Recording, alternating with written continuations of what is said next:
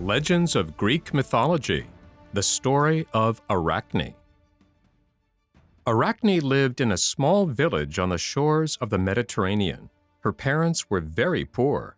While her mother was busy cooking the simple meals for the family or working in the fields, Arachne used to spin all day long. Her wheel made a steady whirring like the buzzing of some insect. She grew so skillful from constant practice that the threads she drew out were almost as fine as the mists that rose from the sea nearby. The neighbors used to hint sometimes that such fine-spun threads were rather useless, and that it might be better if Arachne would help her mother more and spin less. One day, Arachne's father, who was a fisherman, came home with his baskets full of little shellfish, which were of a bright crimson or purple color. He thought the color of the little fish so pretty that he tried the experiment of dyeing Arachne's wools with them. The result was the most vivid hue that had ever been seen in any kind of woven fabric.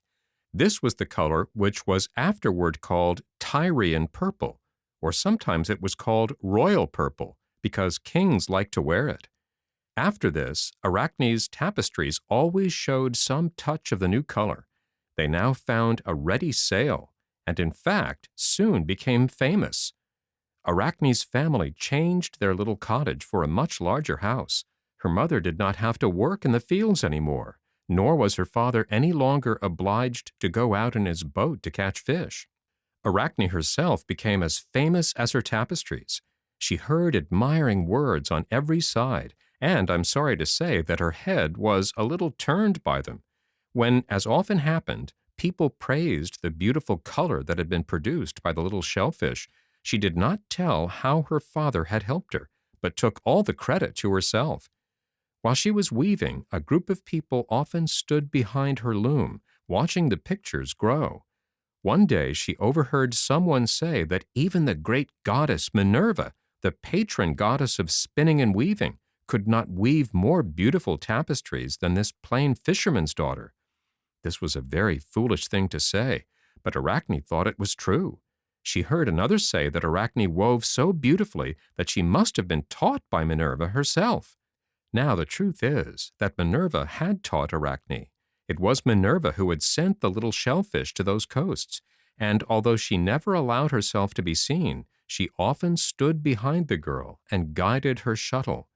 But Arachne, never having seen the goddess, thought she owed everything to herself alone, and began to boast of her skill. One day she said, "It has been said that I can weave quite as well, if not better, than the goddess Minerva. I should like to have a weaving match with her, and then it would be seen which could do the best." These wicked words had hardly left Arachne's mouth before she heard the sound of a crutch on the floor. Turning to look behind her, she saw a feeble old woman in a rusty gray cloak. The woman's eyes were as gray as her cloak, and strangely bright and clear for one so old. She leaned heavily on her crutch, and when she spoke, her voice was cracked and weak. "I am many years older than you," she said. "Take my advice. Ask Minerva's pardon for your ungrateful words. If you are truly sorry, she will forgive you." Now Arachne had never been very respectful to old persons, particularly when they wore rusty cloaks, and she was very angry at being reproved by this one. "Don't advise me," she said. "Go and advise your own children. I shall say and do what I please." At this, an angry light came into the old woman's gray eyes. Her crutch suddenly changed to a shining lance. She dropped her cloak, and there stood the goddess herself. Arachne's face grew very red, and then very white, but she would not ask Minerva's pardon, even then. Instead, she said that she was ready for the weaving match. So, 2 weaving frames were brought in and attached to one of the beams overhead.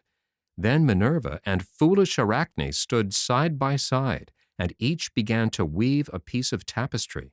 As Minerva wove, her tapestry began to show pictures of mortals who had been foolhardy and boastful, like Arachne, and who had been punished by the gods.